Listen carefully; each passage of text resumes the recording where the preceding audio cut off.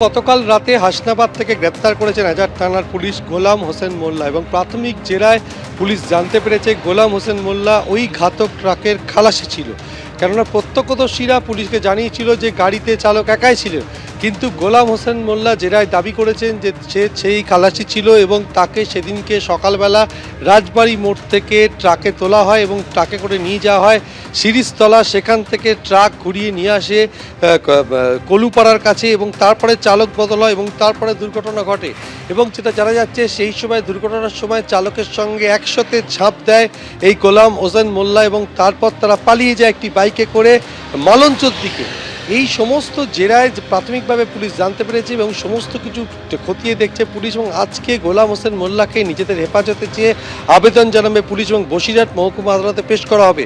এখন প্রশ্ন হচ্ছে চালকের নাম কি আলিম মোল্লা, সে ব্যাপারে এখনো পর্যন্ত পুলিশ কিছু জানাতে পারেনি। সেই চালকেরই খোঁজ চালানো হচ্ছে। এই নিয়ে মোট 3 জনকে গ্রেপ্তার করা হলো।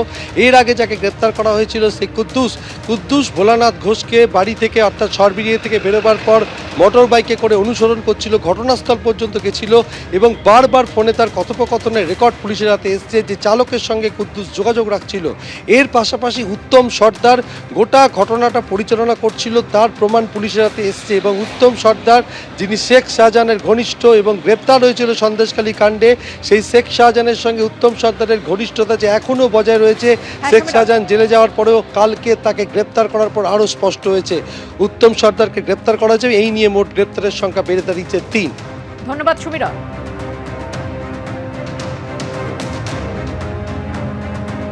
প্রথম থেকে বলে এসছি যেটা পরিকল্পিত খুনের চেষ্টা, যার জন্যই কোনো রকম রাস্তায় কোনো দাগ নেই, কিছু নেই, একদম পরিকল্পনার ভিতর থেকে আমাকে ধরতে পারলো না, আমার ছেলেটা ড্রাইভারটা চলে গেল, পুরো পরিকল্পনা। এটা একটা ভালো খবর যে গাড়িটা কোনো যান্ত্রিক ত্রুটি নেই, ওরকম কোনো ত্রুটির জায়গা ছিল না।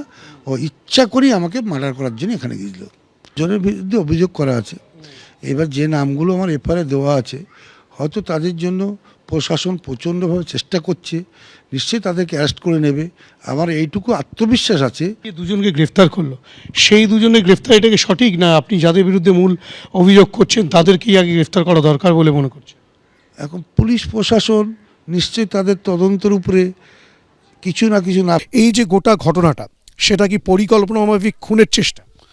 একদম এটা পরিকল্পনা মাফিক খুনের চেষ্টা। খুব বড় র্যাকেটটা করেছে শেখ শাহজাহান।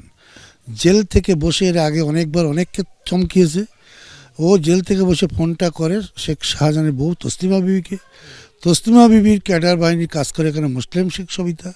ঠিক তাদের তত্ত্বাবধানে যারা এইসব ক্রাইম করে তাদের নিয়ে ওরা একটা পরিষ্কার আলোচনা করে রাখিল। সেই আলোচনা মাফিক কখন আমি বাড়ির থেকে বেরোবো, কীভাবে কি ঘটবে, তার সমস্ত ছক ব্লুপ্রিন্ট ওদের করা ছিল। আমি কালকে সেই ছকেই আমি 10 তারিখে আমি প্রতিহত হয়েছি।